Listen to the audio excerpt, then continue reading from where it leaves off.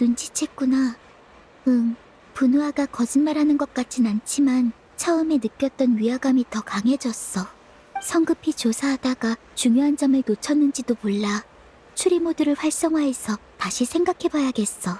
다시 눈여겨볼 만한 의문점이 있을까? 분우아는 밀수를, 피에르는 제조를 담당했어. 이 사이에 우리가 관가한 부분은 없을까?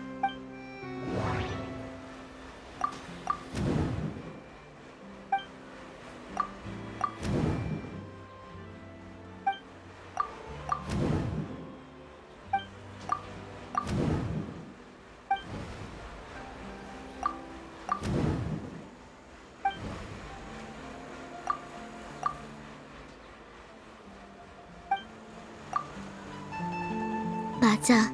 분우아는 원료 조달도 피에르의 소관이라고 했지만 그림자 수사청에서는 관련 기록을 찾지 못했어. 폰타인 과학원에서 원료를 분실했다는 얘기도 들은 적 없고. 분우아가 어젯밤 받은 편지에서 피에르는 도주 중이라고 했지. 이 편지에 무슨 문제라도 있어?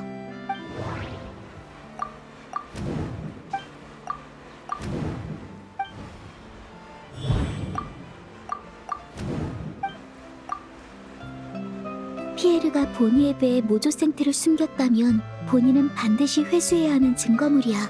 숨기지 않았어도 동료가 당황하지 않도록 알릴 필요가 있었겠지. 실제로 분우아는 보니를 찾으러 왔다가 우리의 의심을 사게 됐으니까. 편지를 쓴 사람이 보니의 일을 몰랐거나 애초에 동료에게 경고하려는 목적이 아니었던 건 아닐까? 그림자 수사청은 피에르의 거처에서 보니와 레페브르의 펜던트를 발견했어. 그게 우리가 조사를 시작하는 계기가 됐지.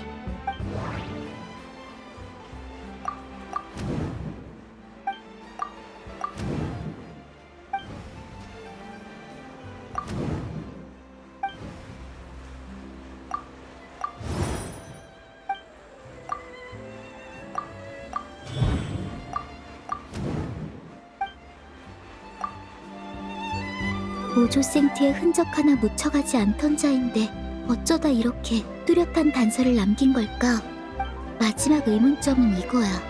분우아의 증언을 들은 후로 왜 위화감이 더 짙어진 걸까?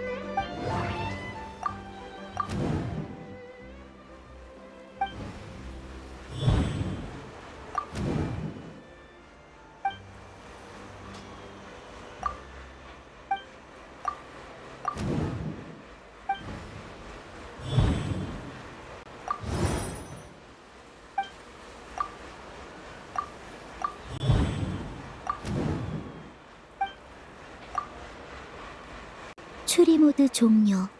어쩌면 우린 이미 진실에 다가갔는지도 몰라.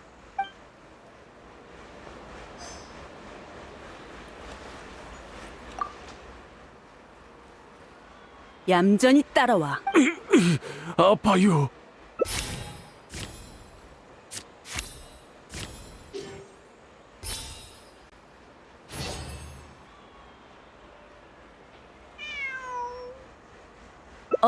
다른 볼 일이라도 있어? 뭐? 그렇구나. 이제야 앞뒤가 맞아.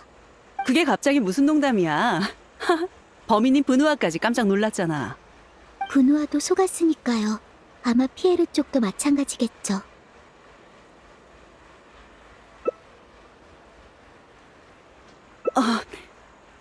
계속 이상했어요.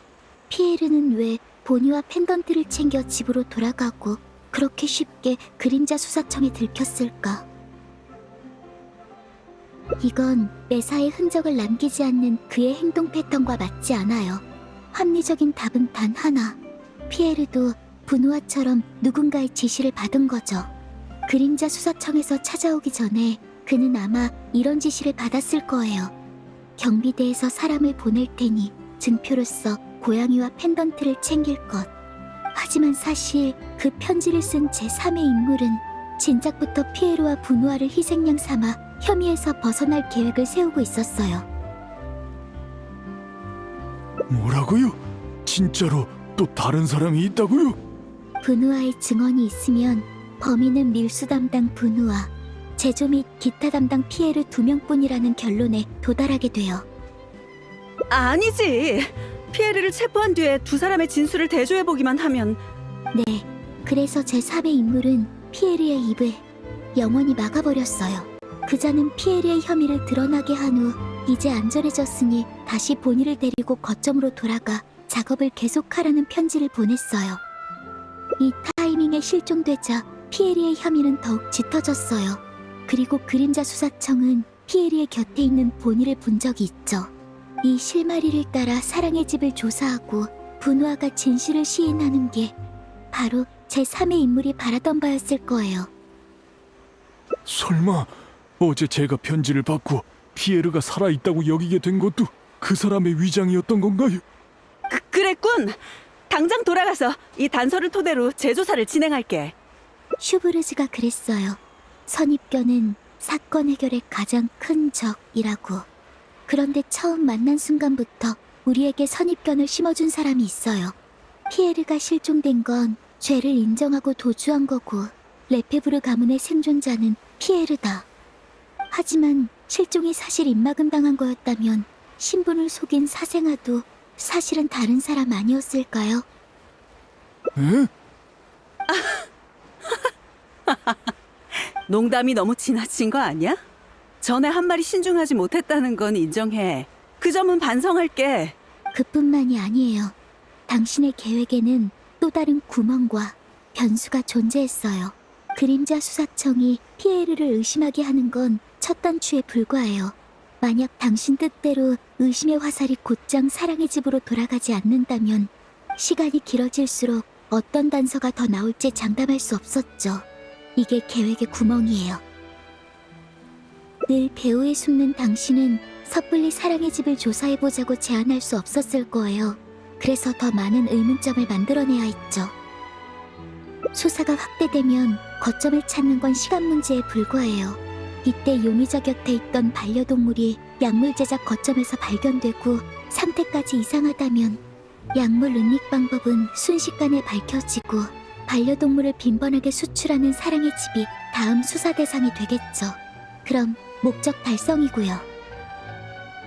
아마 당신이 피에르를 공격할 때였을 거예요.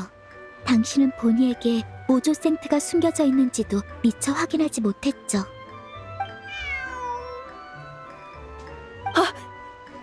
하지만 당신은 곧 새로운 기회를 찾았어요. 보니를 주운 우리가 신문에 공고를 낸 거예요. 분우와 마찬가지로 당신도 보니에게 모조생트가 있는지 확인하려고 황급히 우릴 찾아왔어요. 보니 몸에 범죄의 증거가 남아있길 바라면서요. 용의자의 고양이를 조사하다가 동물의 모조생트를 숨긴 수법을 찾아냈다. 당신은 이런 핑계로 사랑의 집에 혐의를 돌리고 싶었을 거예요. 본인은 피에르가 약물을 숨기기 전에 도망쳐 나왔고 당신의 기대는 물거품이 됐어요. 그러나 당신은 금방 또 다른 계획을 떠올렸죠. 바로 여행자와 저를 이용해 분우아의 혐의를 밝혀내는 거였어요. 레페부르라는 이름을 이용해 우릴 조사에 합류시키면 분우아가 피에르의 고양이를 찾아다녔다는 단서도 특별순찰대의 귀에 들어갈 기회가 생기죠. 내가 확실하지도 않은 기회 때문에 그 정도 공을 들였다고? 그뿐만이 아니에요. 등방울 항구에서 우리가 사랑의 집을 의심하게 된 결정적인 단서는 당신은 사람들이 사랑의 집을 금방 알아채도록 일부러 관련 항목을 눈에 띄는 위치에 기록해 두었죠. 게다가 그 항해 기록엔 항구 직원, 즉 당신은 포함되지 않아요. 그게 뭐 어쨌다는 거지? 당신은 직무상의 편의를 이용해 항구에서 압수한 원료를 몰래 빼돌리거나 배를 타고 나무통에 접근할 수 있었다는 얘기예요. 그래서 약물의 제조와 밀수를 담당한 두 사람은 원료 조달을 맡은 게 제3의 인물이라는 사실을 몰랐던 거예요.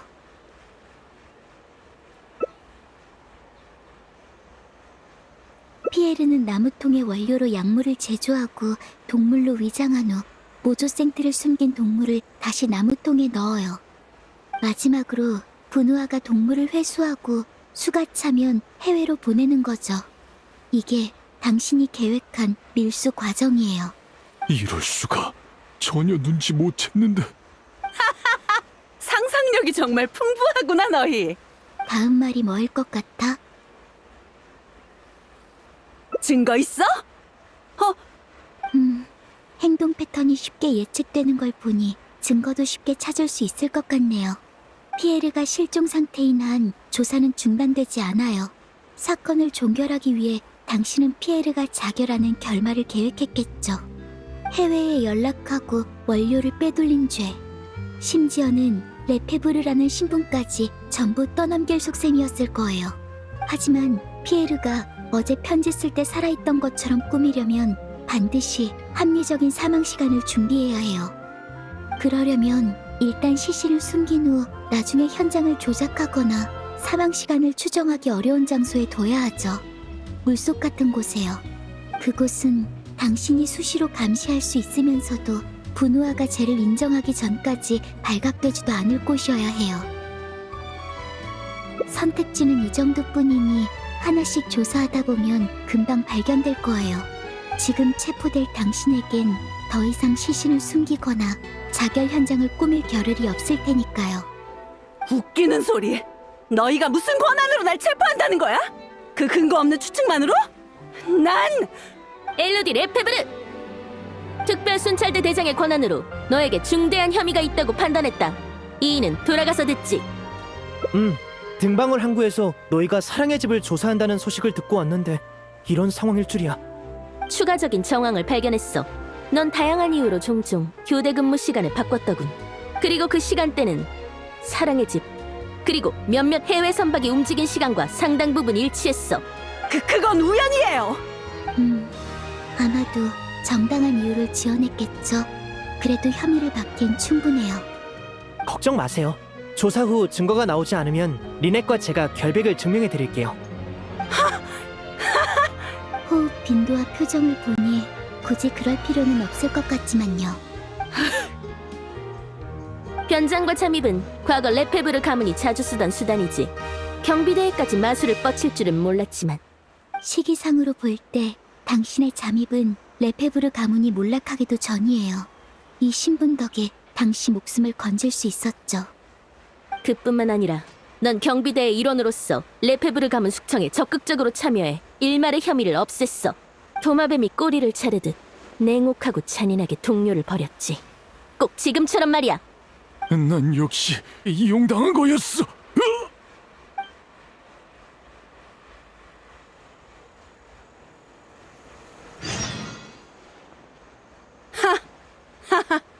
동료?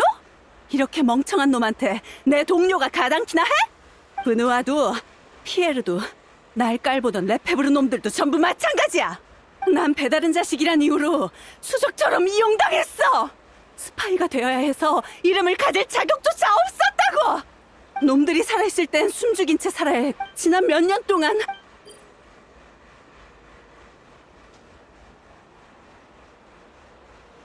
몰라요. 관심도 없고요. 뭐라고? 한낱 이름에 지금까지 얽매여 있는 사람은 당신뿐이에요, 엘루디. 순순히 항복하시지. 더 할 말 있으면 신문 때 얘기하도록. 아니야! 이럴 순 없어! 더 이상 다가오지 마! 그건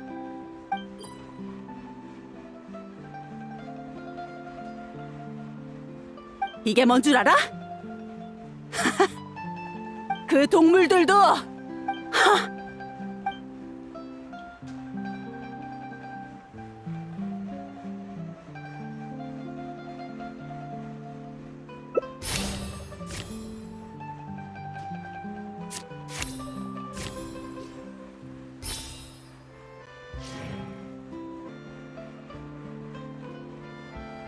됐어! 더 이상 할 말 없어! 젠장, 도망칠 생각이군. 얼른 전투를 끝내야 해.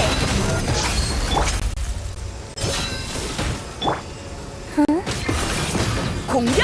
하! 헷! 벌써 당하다니. 그래도 도망칠 시간은 벌어서 다행이네.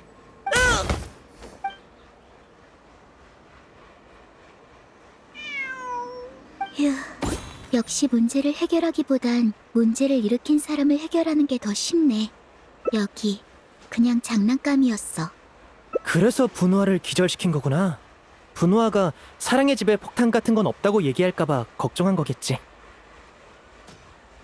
모습조차 드러낸 적 없는 사람이 위험을 무릅쓰고 사랑의 집까지 가서 폭탄을 설치했을 리 없지. 협조해줘서 고마워. 이자들을 데려가서 신문하고 사랑의 집을 인계받을 사람도 찾아볼게. 너희 진술도 필요할 것 같은데 같이 가주겠어? 진술은 오빠만 가도 충분하지 않을까? 난 돌아가서 극단의 상황을 설명해야 해. 전에 여행자랑 잡은 약속도 사건 때문에 미뤄졌고. 응, 우리 집에 놀러 오기로 한 약속 아직 기억하고 있었구나. 극단의 상황을 설명하고 돌아온 후에 차를 끓여서 본이랑 같이 집 앞에서 기다릴게.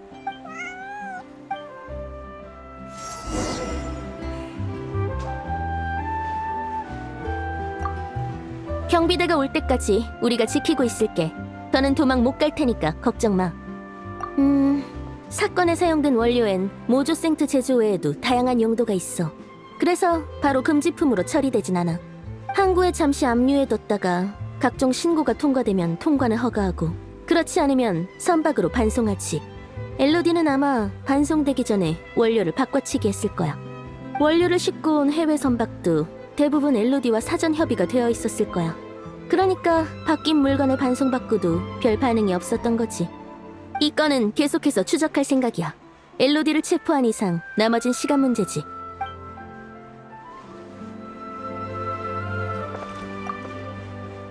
오늘 진지 모드의 유지 시간이 역대 최장인 것 같은데? 누구 때문이려나?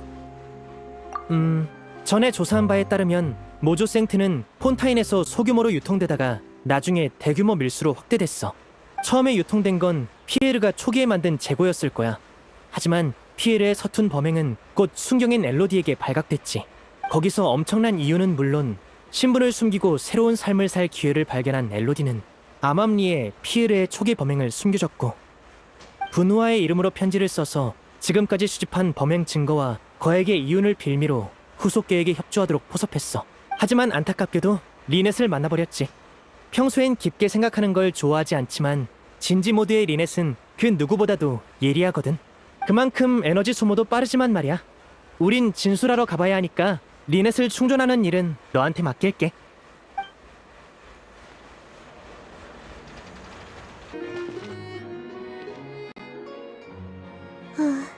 홍차랑 고양이는 역시 대기 모드에 가장 잘 어울려. 너도 한잔 할래? 보니가 이제 너한테 먼저 다가가네? 없어. 정보가 중요하긴 하지만 어떤 정보든 마구잡이로 수집하면 효율이 오히려 떨어지거든. 게다가 진술과 티타임 중에 넌 뭐가 더 중요하다고 생각해? 좋은 대답이야. 나도 그렇게 생각해. 일이 없었으면 하루 종일 여기서 대기 모드로 있었을 텐데 지금은 에너지도 시간도 별로 안 남았네. 응, 지금은 충전 속도가 아주 빨라. 내게도 느껴져. 처음부터 조금 이상했지만 본격적으로 의심하게 된 건 보니가 엘로디를 싫어하는 걸 봤을 때부터야. 보니가 엘로디를 피한 건 전에 거점에서 엘로디를 피해 숨은 적이 있거나 엘로디가 나쁜 사람이란 걸 눈치채서였을지도 몰라. 고양이를 좋아한다고 해서 다 좋은 사람은 아니지만 고양이가 좋아하는 사람 중에 나쁜 사람은 없거든. 생각이 너무 많은 인간보단 고양이들의 직감이 더 정확할지도 몰라. 예를 들어 보니는 계속 널 좋아했어.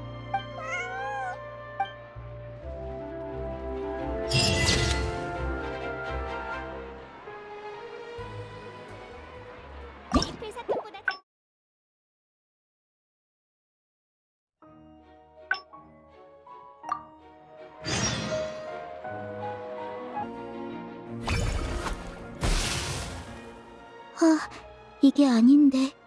이쪽으로 뽑는 게 아닌가? 그럼 여기로.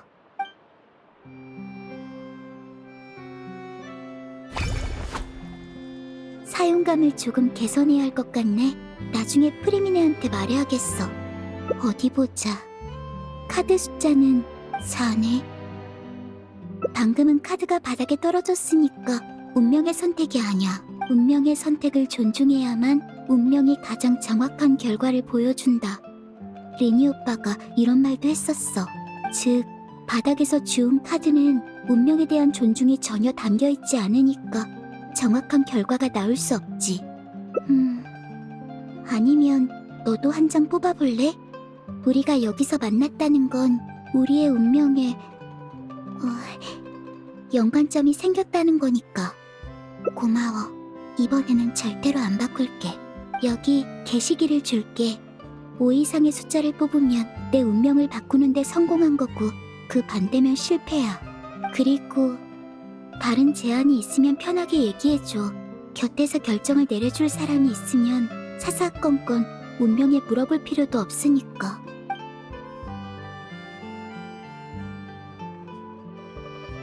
응? 네 말은 한참이 지나도록 아무도 안 찾아왔으니까 본이를 조금 더 데리고 있어도 된다는 거야? 정말 괜찮을까?